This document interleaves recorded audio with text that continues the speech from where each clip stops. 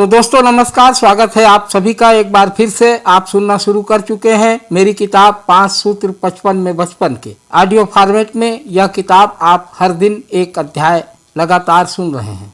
आज का विषय है माता पिता बनना वरदान है। अक्सर हम देखते हैं नव दंपत्ति जैसे ही उनके घर किसी नए मेहमान का आगमन होता है, नए संतान की प्राप्ति होती है और उनके जीवन में बड़ा बदलाव आने लगता है और उनके माथे पर चिंता की लकीरें देखी जा सकती हैं।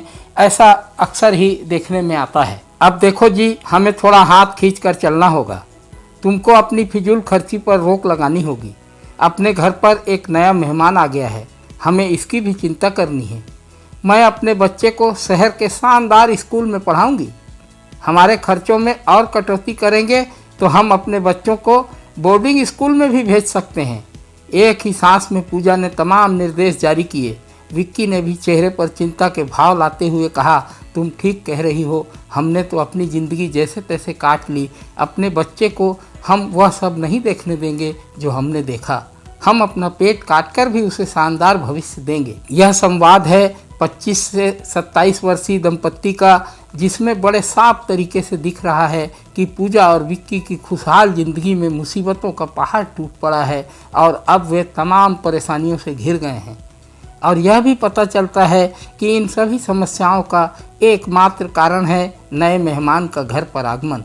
दोस्तों, यह पढ़ते हुए आपको अपने आसपास जरूर कोई न कोई विक्की और पूजा नजर आ ही रहे होंगे। हो सकता है आप स्वयं ही हों। ईश्वर की सर्वोत्कृष्ट कृति मानव को माना जाता है और मानव जीवन का सबसे श्रेष्ठ काल गृहस्थ आश्रम के काल 25 से 50 की उम्र को माना गया है, क्योंकि इसी समय किसी मानव जीवन को माता या पिता बनने का अवसर प्राप्त होता है। तो क्या कहें, यही कि मानव जीवन का वह सबसे बड़ा सौभाग्य का क्षण होता है। आज तो सारा माजरा ही उलट गया है। जो जीवन की सबसे बड़ी उपलब्धि होनी चाहिए, वही जीवन में नए संघर्ष और तनाव का कारण बनते नजर आता है।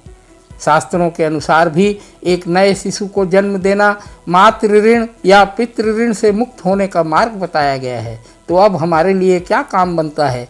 प्रकृति के इस वरदान का खुलकर स्वागत करें, इस सौभाग्य के गौरव की अनुभूति करें।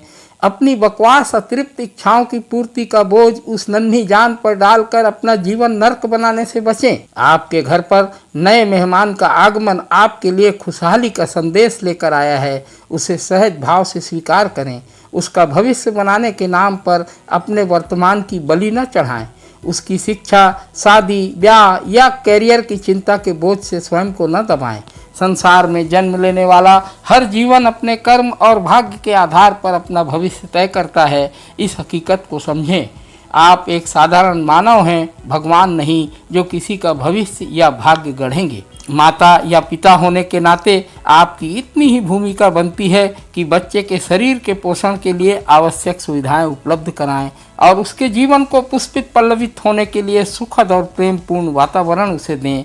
आपके जीवन का यही वह समय है जब आपको सर्वाधिक गौरवपूर्ण और आनंद उल्लास से परिपूर्ण जीवन जीना चाहिए, किंतु आप अपनी अविवेकपूर्ण नासमझियों और गलत अपेक्षाओं के वशीभूत होकर न सिर्फ अपनी जिंदगी में जहर घोल रहे हैं, बल्कि उस अबोध शिशु के जीवन में भी बाधा खड़ी कर रहे हैं। अब भी सब कुछ समाप्त नहीं हुआ है। कहते हैं जब जागो तभी सवेरा। तो जाग जाइए और अपनी मस्ती में झूमिए कि आप माता पिता बने हैं, वरना आज भी आपके अनेक साथी मंदिर मंदिर सिर पटक रहे हैं या संतान प्राप्ति के लिए टोने टोटके व गंडा ताबीज का सहारा ले रहे हैं। तो दोस्तों, मैं पुनः आपसे कहूँगा कि मेरे इस प्रयास पर अपनी प्रतिक्रिया जरूर दें। कमेंट्स में अपने विचार व्यक्त करें। चैनल को अगर अब तक सब्सक्राइब नहीं किया है तो चैनल को सब्सक्राइब करें। फेसबुक पेज पर यदि आप यह ऑडियो सुन रहे हैं तो मेरे फेसबुक पेज को लाइक करें।